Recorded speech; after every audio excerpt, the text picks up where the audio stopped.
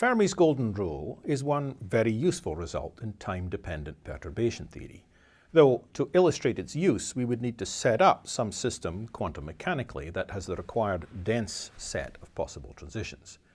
We'll have to postpone that specific use for some later time. However, there's another particular problem we can look at for which we can write down quite a general result for a simple oscillating perturbation, and that's the calculation of refractive index. Refractive index tells us how fast light is going in some material.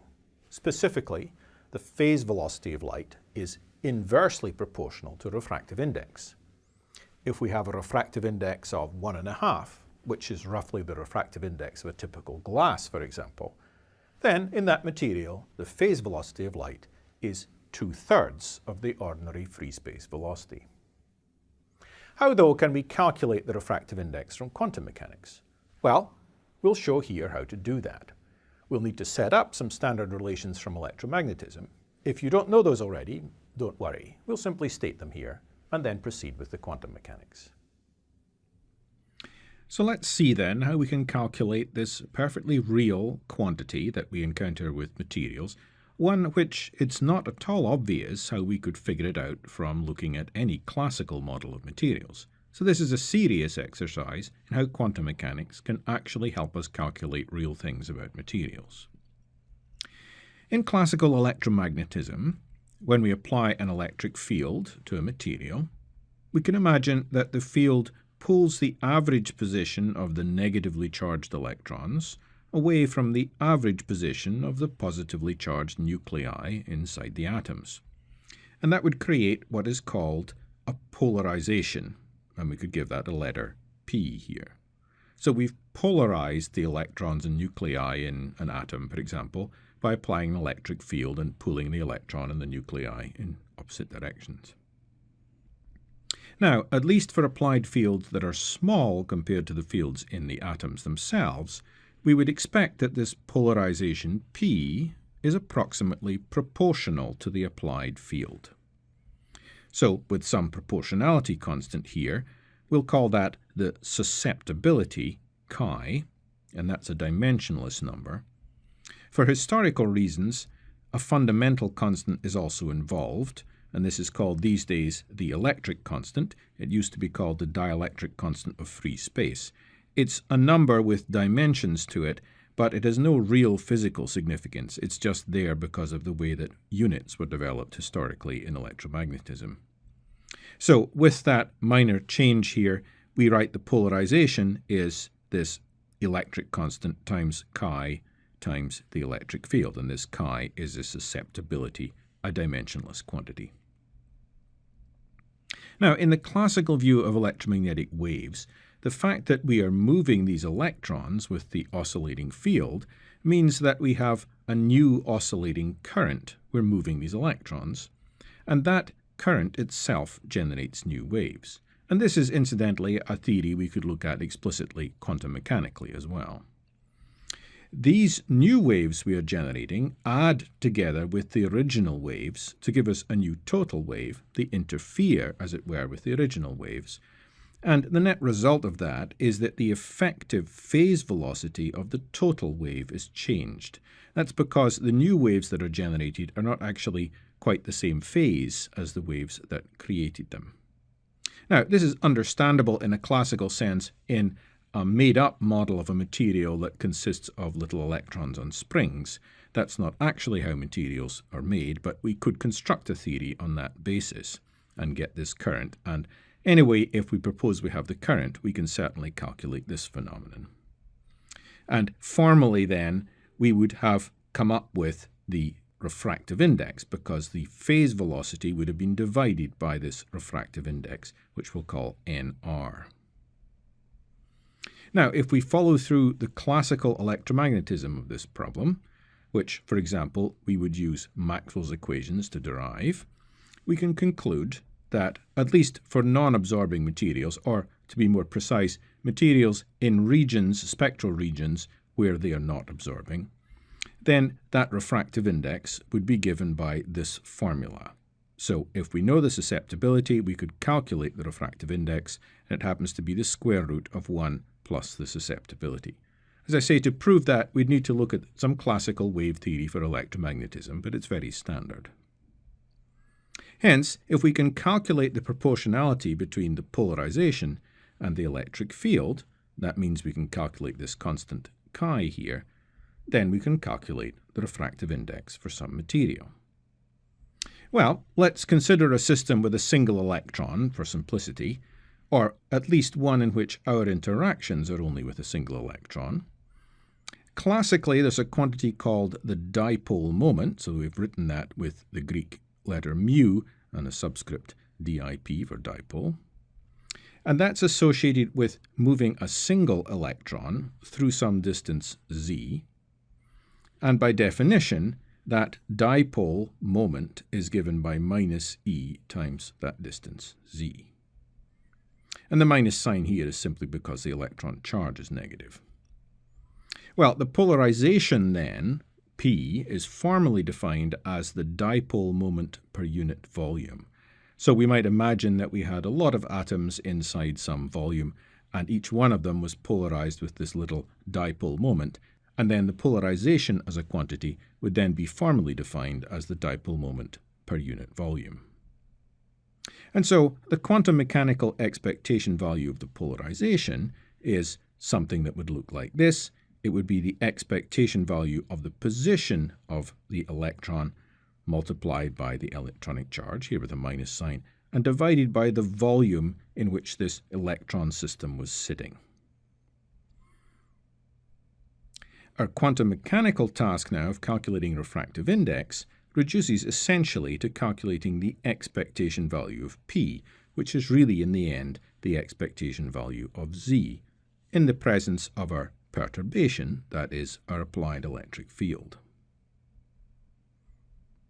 We're working in first-order perturbation theory, so we can write the approximate total state of the system as a sum of the unperturbed system plus a first-order perturbation. And we could have put a gamma in here.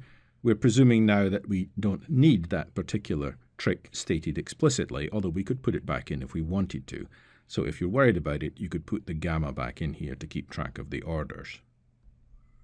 Note we're going to use full time-dependent state vectors, or kets, here. So as I said, phi naught, the capital phi naught, is the unperturbed state vector, and capital phi 1 is the first-order time-dependent correction to that. And, of course, from our perturbation theory, we know what that is. If we can calculate these expansion coefficients here from our first-order perturbation theory, then this whole ket here for the first-order time-dependent correction to the wave function will be given by this expression. It's just an expansion. And the unperturbed energy eigenvalues, En, of course, are associated with this omega n here, and the eigenfunctions are psi n. The energy En is just h bar times omega n. Well, with this state vector, the expectation value of the polarization would be as follows. We just have to take the actual state as a bra vector, the position vector z, and the state as a ket vector. And of course, we've got these dimensioning constants out front. Well, formally, we can write that out. We can take the product of this pair of functions here as ket vectors and the pair of them as bra vectors, so substituting for these psi's, and we'll get 4 terms in our product of these pairs of 2 functions. Well, this first term here is just what we could call the static dipole moment of the material in its unperturbed state. So that's not particularly interesting to us. It's just a constant static polarization that the material might have. So we're not going to consider that term any further. So we can grey that out, which is what we've done here.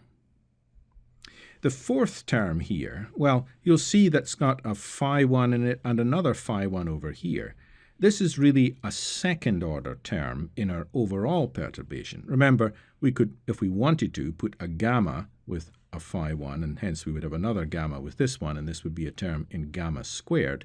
And overall, that's a second-order term, and we're only doing this calculation to first order, so we'll throw that one away. We'll drop that one. you can see by contrast that these terms are overall just first order in the wave function. At least we could think of there being a gamma associated with this phi1 and a gamma associated with this phi1. So we're left with just two terms in our expectation value of the polarization to first order in the perturbation here. But because this operator z is a Hermitian operator, then this bra operator ket is equal to the complex conjugate of this one. That's actually a definition of Hermiticity.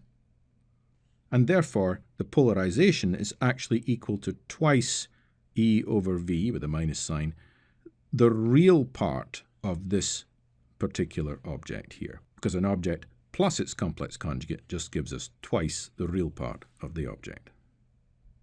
For the sake of definiteness now, let's presume we start in a specific eigenstate m. So therefore our starting state is psi m here, and we've put in our time factor. Hence, using the first order perturbation expansion from this expression here, we have that the expectation value of the polarization explicitly now should be all of this expression. Now, we are interested here in a steady state situation, so we don't have to take quite the same approach as we took when we were working towards Fermi's golden rule of having a perturbation on for a particular period of time. Here we can just leave the perturbation running all the time.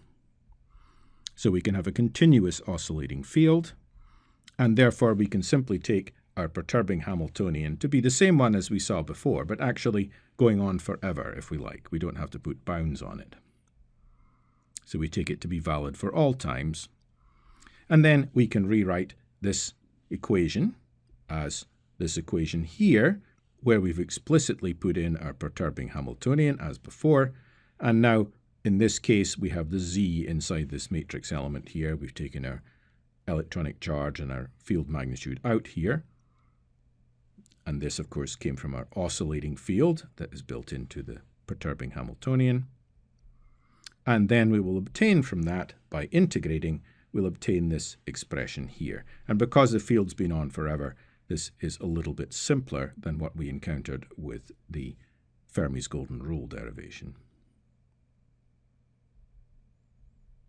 So substituting this answer for the expansion coefficient of the qth state to first order into our expression here for the expectation value of the polarization, so we're simply substituting this in here, then we get an expression that looks like the following.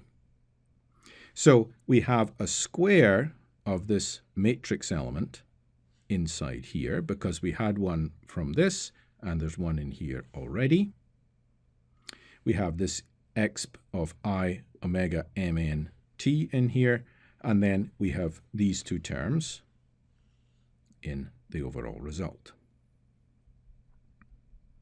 Now, incidentally, just algebraically, note that omega mn is just minus omega nm, which allows us to simplify the signs a little bit. And then remember, we have to take a real part here. That was in our formula. So taking the real part, we end up with cosines here instead of the complex exponentials. And noting now we're writing in terms of omega nm, that takes care of another one of our sines that we would otherwise have had. And so here's our expression for the expectation value of the polarization. And note that out here we have E0 cos omega t. And that is actually, with the 2 in it, the original field that we applied to this system. So from this expression that the polarization is, by definition, the electric constant times the susceptibility times E, then the susceptibility now, we can just cancel the original driving field, which was all of this here with the cosine, 2 E0 cosine omega t. We can cancel that out, put the epsilon naught on the bottom line, and here we have our expression for chi. So if we started in some state psi m, at least conceptually, that's the starting state of the system, but we have this perturbation just running all the time, then we're going to find a polarization that is proportional to the modulus squared of that matrix element for each of the possible states of the system, with these denominators built in here as well for each of the possible states n of the system. So this susceptibility is something where we have a sum over all possible other states of the system. So if we can do this calculation, then we can calculate our refractive index. And that would complete our calculation of refractive index. Hence, if we know all the unperturbed energy eigenfunctions, basically these psi m's or the psi n's, and the eigenvalues, which allows us to figure out these omegas in here, omega nm, for some quantum mechanical system, we can calculate the refractive index that that material or system would have. And we've done that using time-dependent perturbation theory. So we've been able to use time-dependent perturbation theory to calculate a perfectly real property of a material. Now, there's a key difference that you'll note here between absorption and refractive index. For absorption, the frequency omega must match the transition frequency very closely. In our theory, it was turning into a delta function. It might well be a Lorentzian function, the matching we have to have here. But still, the frequency of the radiation must match the transition frequency very closely. Otherwise, that particular transition will not have absorption of photons associated with it. But for refractive index, the contribution of a particular possible transition from, say, psi m to psi n to the susceptibility, and hence to the refractive index, is finite even when the frequencies do not match exactly or even closely. That contribution to the susceptibility rises, of course, because of those denominators we saw in our expressions, as omega rises towards omega nm, for example. Note that if we have an absorbing transition at some frequency omega nm, it contributes to the refractive index at all frequencies. If we go back and look at our formula for the refractive index, it had these matrix elements in it, the same ones that we found in the absorbing transitions, in Fermi's golden rule. There we had to match the frequency very well to get absorption, but the refractive index is saying if you have the possibility of absorption at some other frequency, then you will have a refractive index contribution from that. Refractive index, in a region where the material is transparent, arises entirely because of the possibility of absorption at other frequencies. That might sound a very strange thing. We're not actually doing absorption at those other frequencies, at least not in any steady sense. There's no net transition rate here. This perturbation is running continuously and the state of the material is not really changing. But nonetheless, the refractive index arises because it would be possible to have absorption at other frequencies, a rather strange idea. If there is a refractive index different from unity, then there has to be absorption possible at some other frequency or frequencies. Those other transitions have to exist at some other frequency or frequencies. So this works both ways round. The relation between refractive index and absorption is actually quite well known from classical physics in a mathematical sense, through what are called the Kramers-Kronig relations, and I won't state those here, although they're easy to look up. The derivation of these relations is almost entirely a mathematical exercise and does not tell us much about the microscopic physics of why these arise, and that's in part because in classical physics, we don't really have any good model of materials. So all we have is this mathematical relation here, a very useful one, but little physical insight as to what's going on. So that mathematical approach from classical physics really does not help us understand the physical mechanism whereby absorption and refractive index are related in a real material. On the other hand, with our quantum mechanical expressions, we can understand any particular aspect in the relation between these two processes. In the quantum mechanical picture, we find that even though we are in a transparent spectral region, there are finite occupation probabilities for all of the states of the system, and that might surprise us because we're not thinking there's any absorption going on. but nonetheless it's true. And these are essential if the material is to have some polarization in it. It's almost as if when you took your glasses out of their case in the morning and put them on, at that point perhaps we might imagine somehow the glass becomes excited, and there are these probabilities of finding the glass in excited states, but that remains fairly constant throughout the rest of the day.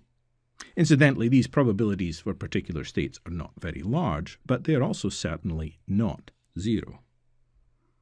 The polarization arises because the charges in the material change their physical wave functions in response to the field, mixing in other states of the system in response to the perturbation of the light shining through the glass. If indeed we examine the expectation value of the energy of this material, your glasses with light shining through them, or your lenses in your eye with light shining through them, you would in fact find quite real energy stored in the material as a result. And that's true even though the material is transparent. So now we've demonstrated that we can calculate a useful property of materials using first-order time-dependent perturbation theory, the refractive index. At this point, we've essentially set up the kind of theory that, if we wanted to do so, would allow us to continue to calculate nonlinear optical effects by simply proceeding here to higher-order time-dependent perturbation theory, for example. Though we'll have to postpone any such discussion here.